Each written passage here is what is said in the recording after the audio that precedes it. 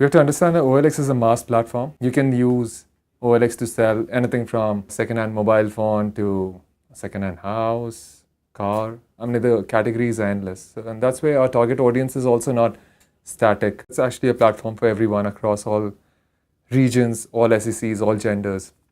And which is where sometimes it becomes extremely interesting, but also quite challenging because you really don't know your customer absolutely perfectly at all times. And that's where I think analytics helps us immensely because we have some intelligence about how people use us. But to take that behavior and take it outside, and we've been mandated to grow this platform, we've been mandated to grow this industry, analytics plays a big part. So some of the times what we do is take our own data and then take that outside and see where we can find pretty much similar kind of audience in an offline or online world also. A lot of marketing analytics is deployed to make sure that the media spends, and we are a pretty aggressive marketer on that particular front. How can we actually make sure that every money that is being deployed is doing what it's asked to do? That's super essential because they are people who have entrusted us not just with the money but with the opportunity to actually grow this thing in a very, very heterogeneous country. And that's when becomes the challenges become manifold.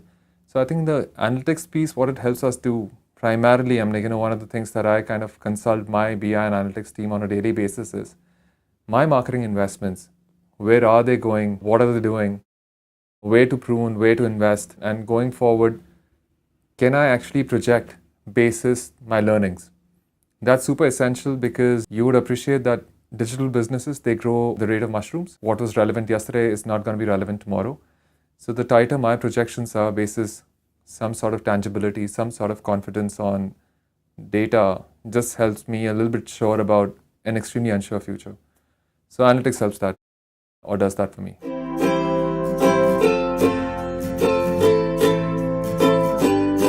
We were one of the first digital businesses to actually invest in making sure that our offerings are spread and available on each and every tech platform that is being used by our consumers.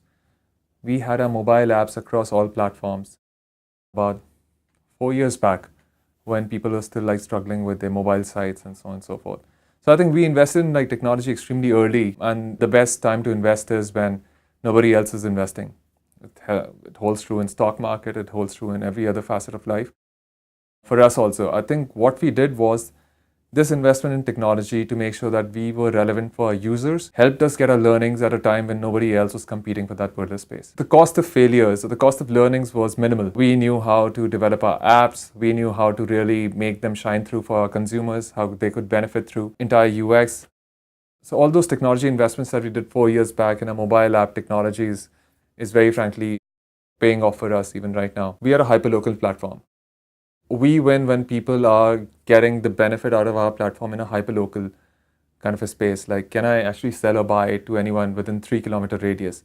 That's where again technology comes to our benefit, by triangulations, GPS and all those things, especially through mobile medium.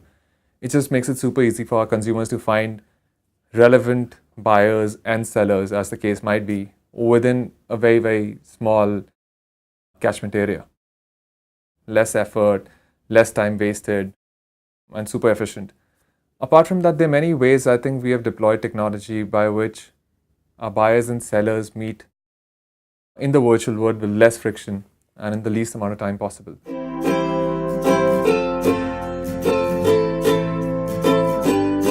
The best thing about technology, it's available to everyone. It doesn't only reside with a very, very mature industry or a person with deep pockets. I think technology comes at a cost where it's easily feasible for a marketing unit also. We attract over 40 million users on a monthly basis. That's a fairly big number to look at. How do you use that particular data? How do you store that data and make some sense of it? So we use a lot data warehousing, DMPs and all that to really make sure that we are absolutely on top of understanding what's happening on our side, what are consumers doing, what are their behavioral patterns, and so on and so forth. Use that knowledge to really go out and see if that behavior can be used to really shape our marketing, not in a broad machine gun kind of a scatter manner, but really, really precise sniper rifle kind of a manner, and do it again and again. So I think that's where we use technology in our marketing systems. or marketing ethos to make sure that we are a relevant, effective, and efficient marketing unit. The same is applied in offline also, but I think more and more digital absolutely has been a very, very strong technical backbone. We have a social media listening stacks. We have a customer support stacks where we proactively talk to our consumers and seek their opinion on different issues. I think a lot of the product changes happen because of that only. If we find that something is coming up again and again, and from a certain kind of audience about a certain kind of problem, then an action is definitely taken. One place I go daily without fail is our Play Store comments. It's a gold mine of information, passive information. They're not engaging on a dialogue basis, but then it's like, information that we use like intensively in our marketing communication. People are extremely happy with the speed of response that they get on OLX. And sometimes a lot of new users are saying that they never expected this to be so fast. But that's the only reason that they'll be coming back again and again, because it's super fast and super efficient. And that is something that finds its way in our marketing outreach. And similarly, I think the product and tech organization also uses to make sure that there are no gremlins. For me, it's an extended QA. If they're like, 40 million users like testing you on a monthly basis and giving you feedback, that's like super important. So that voice of consumer is used like extensively in both marketing and product and tech.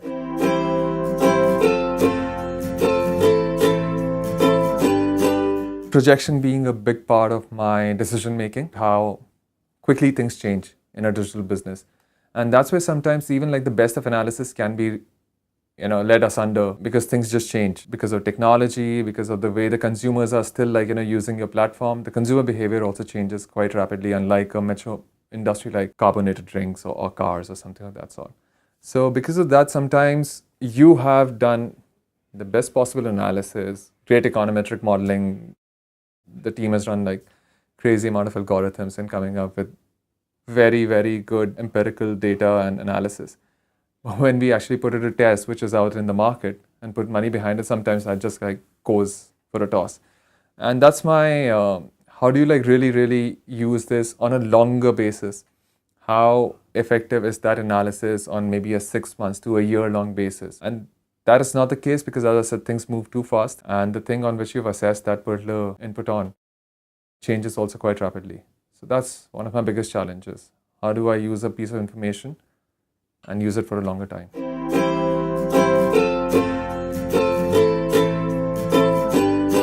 We have a social media listening stack, a lot of different softwares and suites with which we get from pretty much all our social channels. We also have it internally. We have it in our PR and social media partners. So they may be at a media agency partner.